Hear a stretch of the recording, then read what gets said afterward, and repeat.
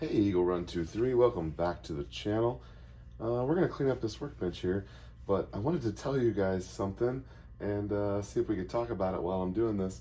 I watched a movie, and it was a movie that I think I saw someone mention, probably in a YouTube video. We don't watch much TV. We don't really watch movies. In fact, I have not seen a movie in a very long time.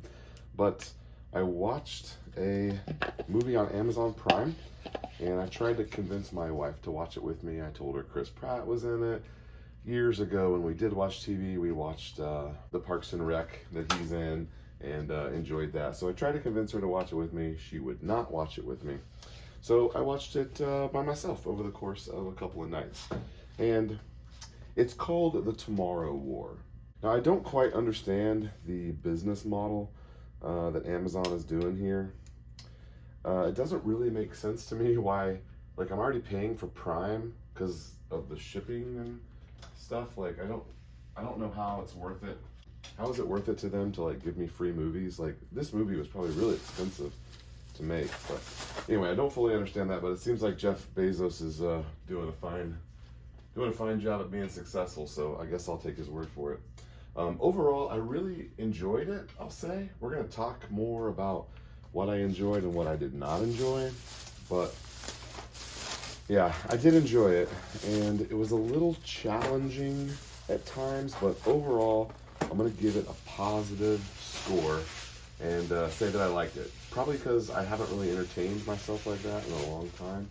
So maybe there was a novelty factor to it. So the premise or the gist of the movie is that there is a problem in the future with aliens, and they're out of soldiers, and they need people. They need to go back in time to get more people to go back and fight these aliens. So based on the fact that it's like a dystopian sci-fi, I should really like this movie, and it's pretty much. Like a lot of, like I listen to, I have an Audible account, and I listen to, dystopian stuff, and I've left a couple of those reviews on my channel if you're interested, or if you want to know what I'm listening to right now, just leave a comment and I'll tell you what book I'm currently listening to, or make you a couple suggestions if you wish. So I do like the genre, but maybe I just don't like movies that much anymore.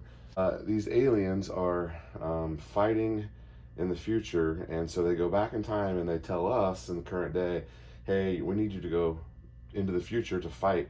And that's an okay premise, but there ends up being, like, I don't know, maybe some weird, like, inconsistencies that happen. More or less the story works just fine. I'm a Back to the Future time travel fan, so when stories or movies or books don't follow the Back to the Future model of time travel, and again, it's a made-up thing, so, like, it doesn't really matter. You can create your own, I guess, destiny in that regard. The time travel, the aliens, the dystopian, the war, this should be a movie that's right up my alley. Let's talk about some of the things that happen in the movie.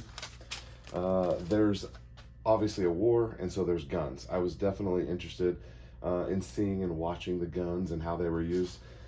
And it's clear that this movie was written by someone who has no idea about firearms. That's not uncommon. There's lots of examples of guns being misused or misrepresented in movies. That's been going on for a long time. So nothing new in that regard. It is interesting that the guns just seem to never, I mean, they're on full auto rips, and they just never need to change mags. Like, I don't know that there's one mag change in the entire movie, and that's not that big of a deal, but it's kind of part of it to kind of watch the believability of it, because the story has enough believability problems anyway that it'd be nice if there was some consistency in that part of the story. And I don't think it's that hard to get it right. I don't know why it's hard to get it right. It should not be that hard to get that right. I did enjoy the guns, and the battle scenes were good, and it was kind of cool to see, like, Chris Pratt was, like, former military, and so he was, like, taking charge of these civilians, and, he's now a civilian, but he's getting these guys to go, tactically through the buildings, and following commands, and that was all fine and well. One of the things I really liked was how they kind of slow played, letting us see like the aliens, and so there was like this big reveal moment where you actually got to see what the aliens looked like. And they're like this really agile, athletic version of like bugs. I don't know if you ever watched like Starship Troopers, how like the bugs were the aliens. These are like a crazy, more athletic version of them, because they don't really replicate, they're not like a humanoid type alien where they kind of look like a person. They're like this creature with this tentacle, and they don't really address this, but apparently they can shoot these spikes. Like, I think it comes out of their tails. I wasn't really clear where the spikes were coming from, but they have these gnarly teeth, but I think they shoot the spikes as well. But I don't know how many spikes they can shoot, or like, is their tentacle full of spikes and they can just continually shoot them? I was kind of weird, and they didn't really address that. But the aliens are super cool, and I did like how they're like super fast, kind of like when you're watching like, back in the day I watched The Walking Dead, and then to watch a movie like World War Z, where it's like a different interpretation of the aliens, it was kind of cool to see. That. I did enjoy that. So back to the time travel part, when it doesn't follow the Back to the Future model, which to me just makes the most amount of sense, when they go back in time to recruit the people, it turns out that they can only take people into the future that die and aren't alive here. And I guess that's to avoid them running into the future self and causing some sort of paradox. So the people have to die between here. So these people have to die before the date that they're going into the future. That's fine, but they don't really address like the fact that there would be like at the end there's like this reverse paradox, because the portal dies and goes down, and so there are people from the future that are stuck in the past,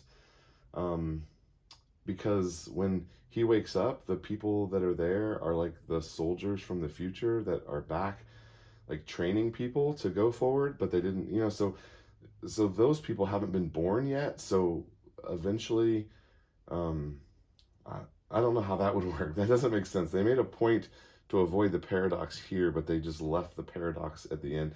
I found that a little struggling, especially when the movie was over, because the movie was kind of long. It almost seemed like it was like a trilogy packed into one kind of long movie. It kind of sounds like I don't like the movie. I'm just trying to kind of be analytical about it and think about even like the dialogue. I enjoyed most of it, but there were parts of it where I was like, what is happening? Like, why are they would never say that to each other. And it's unfortunate, because the movie's beautiful. Like, it seems like it's shot like super high quality, and like it looks like it's ready to be a big budget blockbuster. But I guess like Fast and the Furious, because that movie I guess came out, and I watched some of the originals like a long time ago. They kind of know that it's kind of cheesy, and they kind of embrace the cheesiness of it. This one, they never embrace the cheesiness of it, so you have to take them seriously. And that was, I don't know, there was different times where I was like, I actually fast forwarded, honestly. About 3/4 of the way in, I was hitting the 10-second skip several times, just to like kind of progress the story on my own a little bit artificially. But again, I am saying that you should watch it, because I think you'll enjoy it. I think most people will enjoy it. It's an enjoyable movie. I was definitely entertained. I find a video where a guy is talking about like all these biblical references in the movie, and I found that really interesting. Like, they even like brought up scriptures, and like I always kind of find that stuff interesting. I don't believe that there's like a conspiracy here that was done on purpose. I'm not really into that, but I do kind of like when there's like biblical references like that. Maybe they did it on purpose to like reference the Bible, maybe, I don't know. But I found that interesting. Overall, I'm gonna give it a B.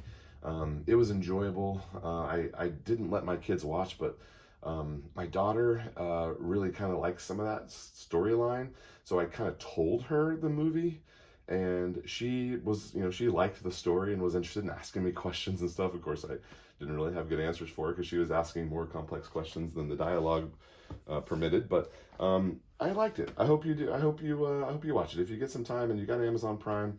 I don't think it's worth. Is that what they're planning? They want you to like this movie, to want to watch this movie so bad that you get Amazon Prime? I don't know. Is that what they're trying for? I don't know. I think you'll enjoy the movie, and leave me a comment if you liked it, and maybe if there's something that I missed that you wanted to point out, leave me a comment on that as well, and we can discuss it. All right, Eagle Run 2-3. Thanks for watching.